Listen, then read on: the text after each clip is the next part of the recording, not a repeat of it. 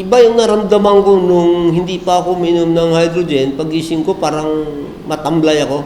So ngayon, nung minom ako ng hydrogen, napakaganda ang gising ko, masigla ang katawan ko. Kaihi ako ng maganda, nakadumi ako ng maganda.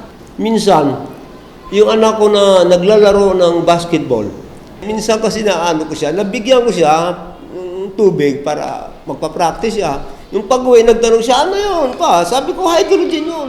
Bili ka nga lagi noon. Maganda ang pakiramdam ko noon. Malakas ang katawan ko. So pati yung mga anak ko, yung iba kong anak, nagustuhan na rin. Pati misis ko, nag-iinom na kami ng hydrogen.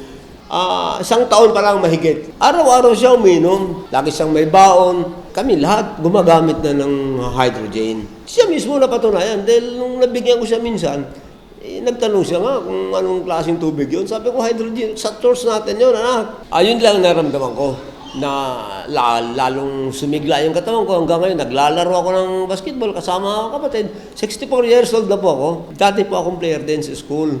Awa naman ng Diyos. Hanggang ngayon nakapaglaro pa dahil hydrogen. Araw-araw yun. Ay, ngayon, may dala nga ako. Ayan, Upo, hydrogen, sumusuporta kami.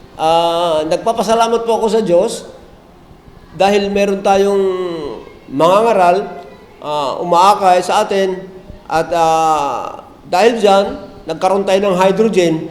So, sana tangkilikin natin yung mga kapatid na hindi pa nakasubok, subukan natin at yung mga kapatid namang na umiinom na ng hydrogen, sana pagpatuloy natin paggamit ng hydrogen. Mga kapatid, suportahan po natin ang hydrogen.